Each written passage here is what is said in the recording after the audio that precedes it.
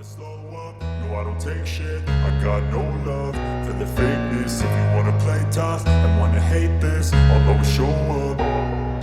I don't ever slow up, no I don't take shit. I got no love for the fakeness. If you wanna play tough and wanna hate this, I'll always show up and make a statement. I don't ever slow up, no I don't take shit. I got...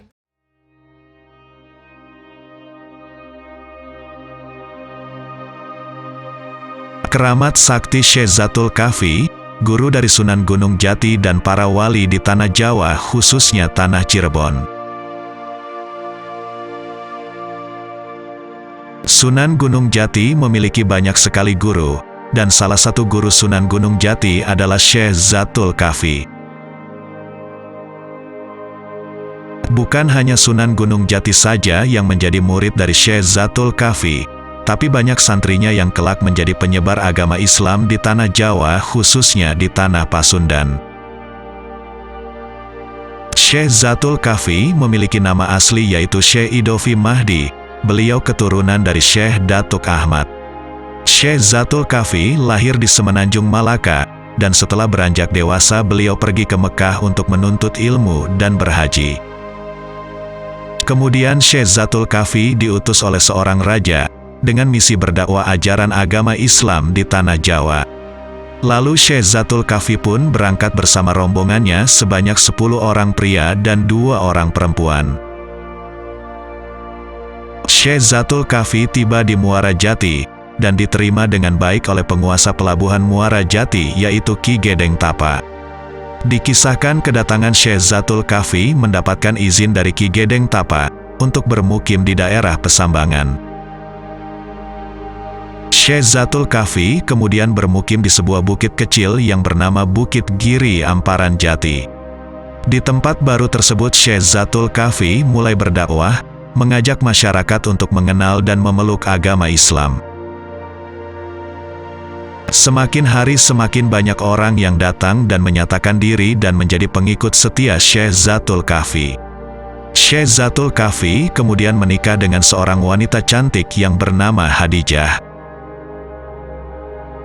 Hadijah adalah cucu Haji Purwagaluh atau Raden Bratalegawa, yang merupakan orang pertama yang pergi berhaji. Hadijah adalah janda dari seorang saudagar kaya raya, yang berasal dari Hadramaut.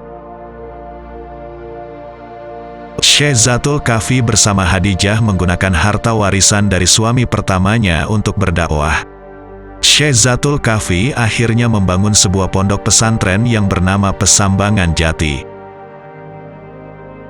Syekh Zatul Kahfi memiliki banyak sekali santri, yang kelak menjadi penerus dirinya dalam dakwah menyebarkan Islam di Jawa. Di antara murid beliau adalah Pangeran Walang Sungsang dan Nyi Mas Rara Santang, yaitu putra-putri Prabu Siliwangi.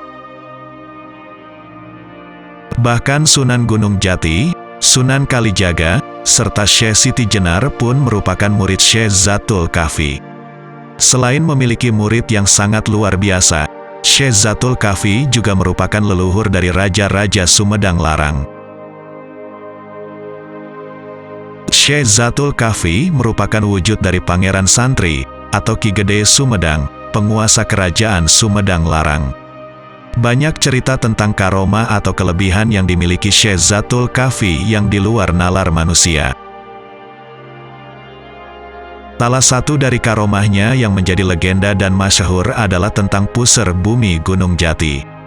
Syekh Zatul Kahfi menjadikan puser bumi yang berada di Gunung Jati sebagai tempat duduknya. Dari tempat duduknya itulah terpancar sinar dari dalam bumi yang menghadap ke permukaan tanah Pulau Jawa. Sinar itu menyoroti dan mengelilingi tempat beliau duduk, yang memancarkan keseantero jagat.